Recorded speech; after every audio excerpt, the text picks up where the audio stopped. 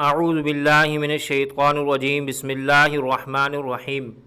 ماہرین نے لکھا ہے کہ جو شخص ہم بستری کے بعد 3 کام کر لے تو وہ کبھی بھی مردانہ کمزوری کا شکار نہیں ہوگا۔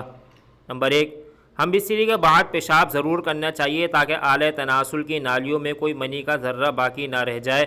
باقی رہ جانے سے وہ آلہ تناسل کے اندر زخم پیدا کر سکتا ہے، اس سے بڑی تکلیف پیش آتی ہے اور اس کے علاج میں سخت پریشانیاں لاحق ہوتی ہیں۔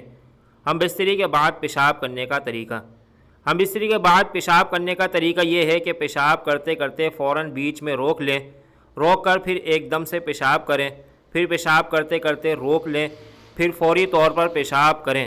اس طرح 2-3 مرتبہ کریں۔ اس طرح کرنے سے اگر کوئی منی کا قطرہ اعلی تناسل کی نالیوں میں ٹھہرا ہوگا تو وہ نکل جائے گا اور مثانے کی بیماری میں مبتلا نہ ہوگا۔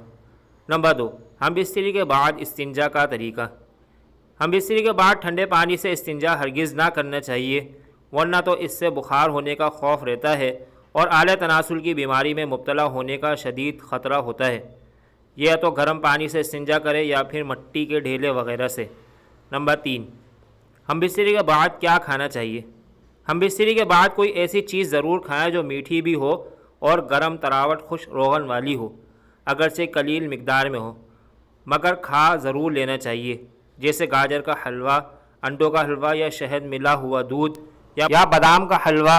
کچھ بھی نہ ہو تو شہد ہی چاٹ لیں یا تھوڑا سا گڑ کھائیں۔ یہ 3 کام کرنے سے انشاءاللہ تعالیٰ کبھی بھی مردانہ کمزوری کا شکار نہیں ہوں گے۔ مزید اسلامی و معلوماتی ویڈیوز حاصل کرنے کے لیے ہمارے چینل کو ضرور سبسکرائب کریں۔ شکریہ۔